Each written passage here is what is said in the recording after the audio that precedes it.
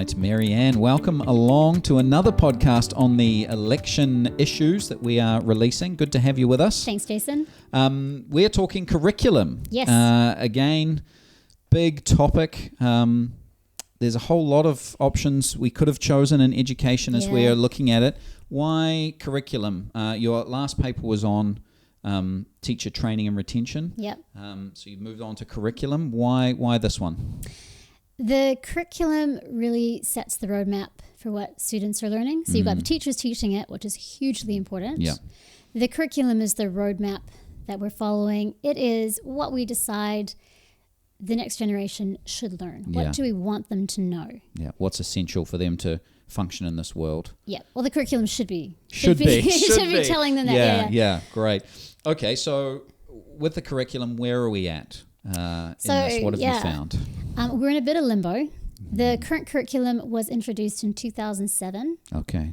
It's being refreshed. Now, the refresh, nobody knows exactly what it's going to look like. Is that in scare quotes, refreshed? Because we're not sure what a refresh looks like. And we'll talk more about why it's being refreshed and not left as is. But we're in a bit of limbo. Yeah. So the current curriculum has been around for about 16 years. That's plenty long enough to know what its impacts are going to be. Yeah. Clearly, it's not got a lot of fans because we're refreshing it.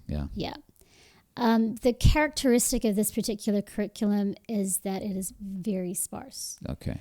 So what we've talked about in teacher education and just the whole context in general with student-led learning, it has really influenced this curriculum by stripping out a lot of the detail. Yeah. So it's a minimal kind of... It's beyond minimalistic. Yeah. Okay. It's bare bones. I've been told that you can pretty much import anything into it and still be using the New Zealand curriculum. Wow. The philosophy behind that is that if education is student-led, if it is highly contextualized, then you need that scope to be able to tailor it to students and to certain areas. The problem with that is it does not set out a minimum requirement of what students should be learning at each level. Wow, yeah. So if you've got a great teacher who's teaching in an area they know a lot about and you've got motivated students, you're sweet. Yeah.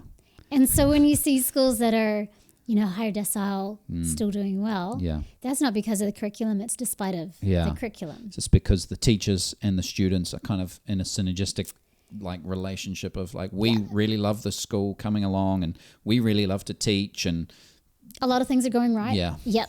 So if you've got a teacher who knows how to put together a good lesson, that is great. The trouble is that, so for example, in the 1993 New Zealand curriculum framework, which I've been told was actually, they reduced what was in the curriculum from what had been there prior. But even then, if you had your social sciences curriculum, it was 24 pages long. The equivalent now fits on a double-sided A4. Wow.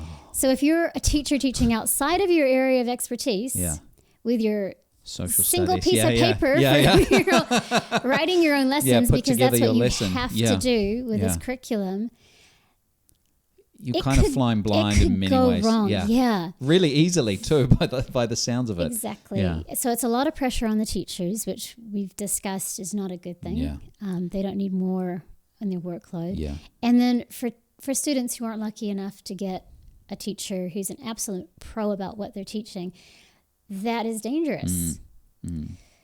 So the chances that students who already have deficits in their knowledge are going to make up those gaps get really slim. Yeah. And the numbers speak for themselves. So here in New Zealand, we're recording the largest difference between reading skills of advantaged and disadvantaged students of all English-speaking countries surveyed. Wow. And you got to keep in mind that most other English-speaking countries have gone down this same track. Yeah. So it's not like we're the only ones. Yeah. We're carrying down a little further and a little faster than others have. Some have U-turned already. Yeah. So some are walking down there, some are kind of backtracking, but we're running.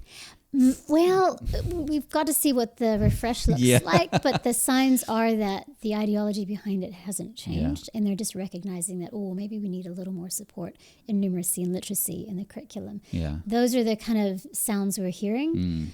the teachers who have reviewed the drafts are a little bit alarmed at the lack of content in there. In fact, taking what was already a stripped back curriculum and mashing some subjects together under less clearly defined umbrellas.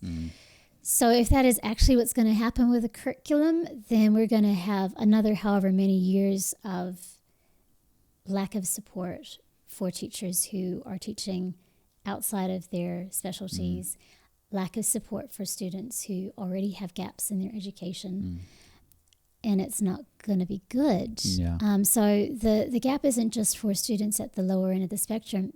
There's actually a big gap between schools.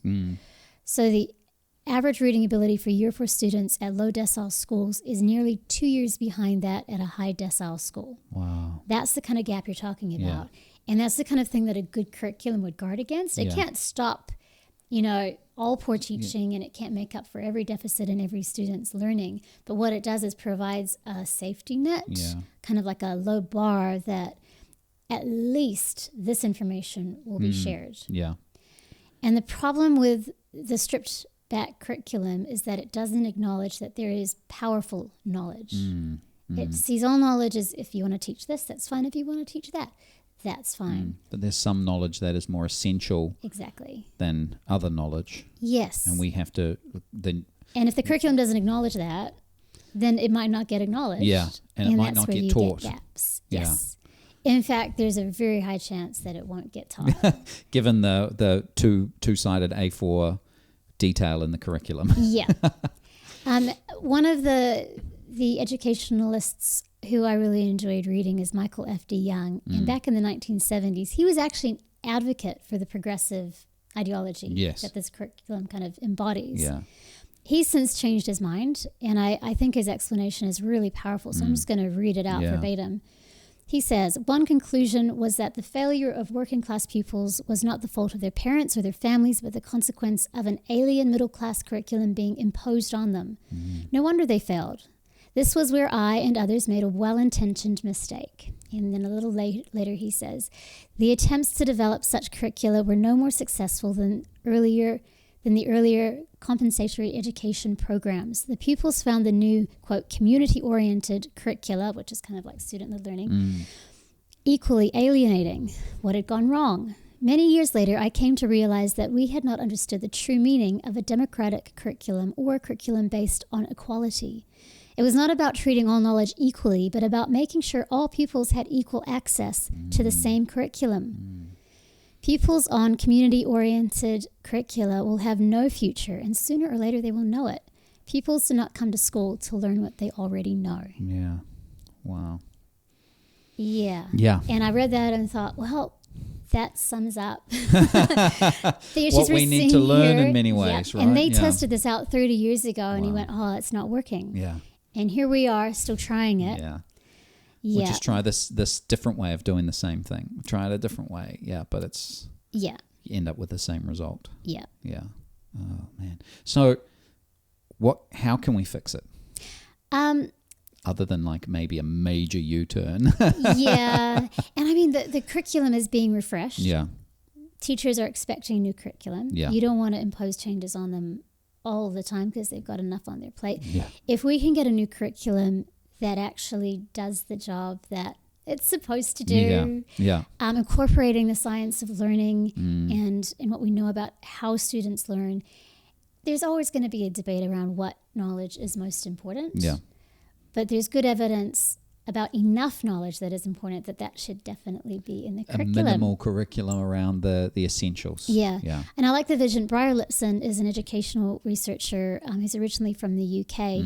She's written this. A new curriculum need not determine every detail of every subject. It need not forget competencies. However, after years of neglecting subject knowledge, New Zealand does need a concerted effort to reinstate knowledge transmission as its primary objective, one through which other objectives can and should be achieved. So she's not saying throw out the contextualization, ignore all these other things that we are trying to do with education. It's starting with the fundamentals. She says, a liberal knowledge-based curriculum could be designed to reflect and respect the tensions inherent in modern New Zealand. The process of creating it would be both cathartic and constructive. It would help the nation progress towards maturity. No. So amen to that. Yeah, that's right. So if that's something that we want to move towards, we've got an election coming up. Yeah. Is there anything that we can do in the polling booth or after or before that might move us in this direction? Not directly. I think the current government is pretty committed to, they're behind the refresh, but it sounds like they're pretty committed to what's has been done. Yeah. I don't see them making any major changes. I don't hear anything from the other parties that explicitly talk about what's in the curriculum and what should change. There's talk about literacy and numeracy. Obviously, there are gaps there. But no. Yeah. What we have to hope for is that the people who are at the Ministry of Education and other places where these curricula are being written read this paper and listen to this podcast and make a change. Well, and look at all the evidence out there. Yeah. Look at what Australia is starting to do. Look at what the UK has already done. South Africa, like there are people in all of these places who are backtracking. Yeah. And we really need to do it here. So we just have to hope that the people who are making those decisions here are listening. Yeah. Can we talk to our school boards or anything like that? Or is it really up to the ministry? Well, I mean, the school boards don't write the curriculum. Yeah. So, yes. So this is very much the government is going to set the agenda on this.